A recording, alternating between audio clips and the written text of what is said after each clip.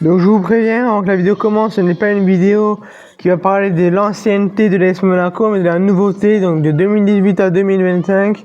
Car j'étais supporter monégasque avant, mais pas assez assidu pour vous en parler. Donc voilà, c'est parti. Et ça, je ne parlerai pas aussi des logos des clubs, comme les anciens logos. Donc on est parti tout de suite, c'est parti.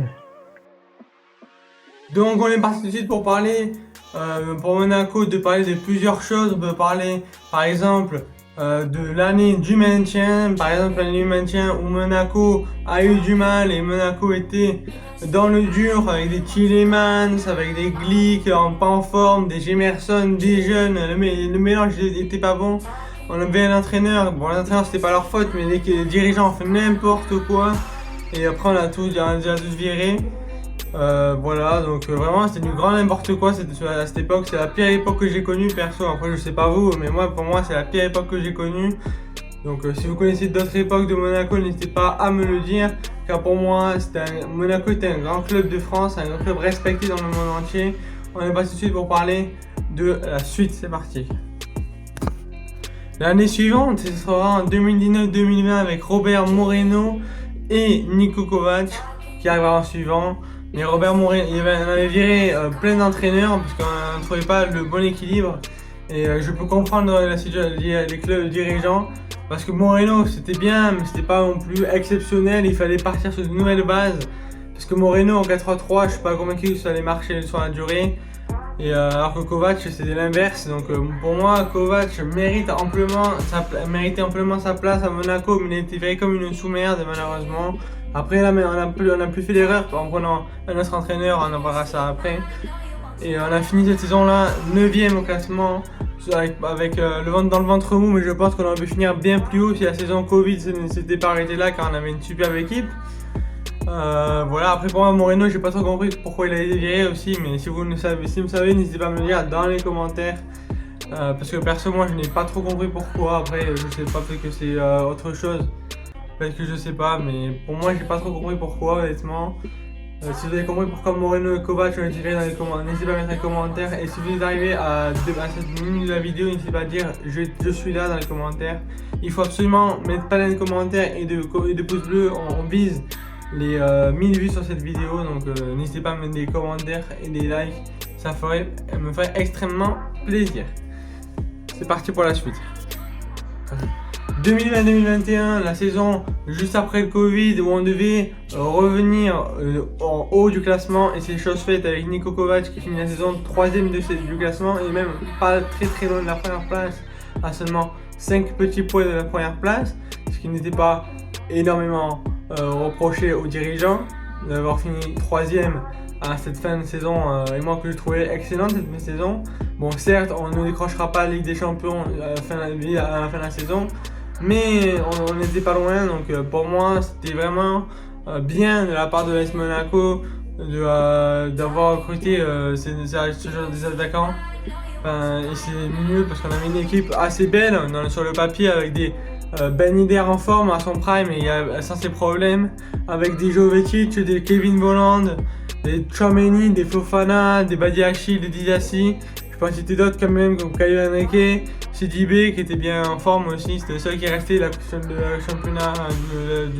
championnat 2017 avec la Coupe du Monde, avec le championnat 2017 avec la Coupe du Monde, donc ça fait plaisir. Et voilà, donc et le gardien c'était pas un très bon gardien, mais on n'avait pas forcément besoin. Il y avait Majiki ou non, Nubel, je crois, c'est à ce moment-là. Nubel qui faisait pas l'affaire, on en voilà juste en suivant. 2021-2022, on a fait l'erreur de virer Niko Kovac. Niko Kovac qui était un très bon entraîneur. Je n'avais pas compris pourquoi on l'a viré. On était très bien classé en Ligue Europa et très bien classé en Ligue 1. Bon, les dirigeants emmerdés, ça arrive, ils ne peuvent pas tout faire bien. Je leur en veux pas spécialement parce qu'après ils ont recruté notre entraîneur qui était au niveau de ça. Au niveau du classement, au niveau de la Ligue 1, au niveau de l'AS Monaco, on en reparlera après. Mais Clément, en vrai, si tu m'entends, je te déteste, t'es vraiment une chèvre, vraiment, t'es nul. T'es pas une chèvre que tu penses être, t'es nul, voilà, tu mérites rien. Tu mérites pas, c'est tout. Je sais pas ce que tu fais aux Rangers. Aux Rangers t'es nul mec, c'est tout, faut dire la vérité, les Rangers. Tu vas entraîner aux Rangers, pas tellement que t'as pas de niveau. Les Rangers, sérieux. Bon, j'arrête, mais vous avez compris. Clément n'est pas un mal entraîneur, c'est le pire entraîneur que j'ai vu sous l'histoire de l'AS Monaco. Je vous mettrai le montage, vous pouvez voir en dessous dans mes vidéos, il y a des vidéos où je mets Clément avec une tête de clown, parce que c'est un clown Clément. Il a fait des choix que je n'ai pas compris, comme par exemple mettre Mbolo sur le banc, mettre Minamino à l'écart, mettre plusieurs joueurs à l'écart et mettre ses chouchous titulaires avec Voland et tout ça. Et ben faut croire que les joueurs ont ses chouchous. Et voilà, donc si vous aimez bien cette vidéo, n'hésitez pas à liker, commenter, ça fait plaisir. Si vous aimez bien, je ne vous force pas, donc et à partager la chaîne aussi. On vise les 1000 abonnés avant 2026. Donc voilà, enfin, je vise 5000 abonnés, mais déjà la monétisation et les 1000 abonnés, ça fait pas mal. On n'est pas si loin que ça de la monétisation, donc ça me ferait plaisir. Et voilà. Après, nous allons parler de la saison qui arrive juste en suivant, la saison 2023-2024, saison dernière, on a dû recruter quelques joueurs pour espérer finir à la 3ème place. Un nouvel entraîneur, Adi Hutter, qui est un très bon entraîneur. Adi Hutter sur qui on peut compter. Un entraîneur qui fait confiance aux jeunes, qui fait confiance à l'expérience, qui fait des très bons choix. Et c'est un entraîneur que j'ai tout de suite apprécié. Quand j'ai fait la vidéo qui est le nouvel entraîneur de l'AS Monaco, j'ai tout de suite apprécié. J'avais dit qu'on le voyait finir en Ligue des Champions la saison juste avant. Je le voyais finir à la 3ème place de Ligue 1 et finir en Ligue des Champions. J'avais raison. Donc Monaco est un grand club de France. Je le répète, c'est un des meilleurs clubs français. J'ai même le 3ème meilleur club français devant Marseille, Paris et Marseille-Paris et ou Marseille et Saint-Etienne. Et si je fais un top 5, je mettrais Marseille, Paris ou Marseille, Paris, Monaco, Saint-Etienne et Lyon. Mais si ça me tenait qu'un vrai top 5, je mettrais Marseille, Paris, Saint-Etienne, Marseille, Paris, Monaco et enfin un truc comme ça. Mais voilà, pour moi Monaco est 3ème dans le classement des meilleurs clubs français, ou en tout cas dans le top 5, ça c'est sûr. Donc voilà. Après, pour revenir sur la saison, Adi Hutter, c'est un très bon entraîneur qui fait confiance aux jeunes, comme j'ai répété, etc. Mais pour moi, Adi Hutter, c'est un entraîneur qui fait confiance à la jeunesse, et ça c'est impressionnant de faire confiance aux jeunes. Et la preuve, les jeunes ont confiance en lui en leur rendant des bonnes performances, comme par exemple Akliouche, Ben Seguir, etc. Et j'ai bien aimé ce style de joueur, par exemple Akliouche qui a un très bon niveau, on l'a vu la saison dernière, et cette saison il est en train d'exploser.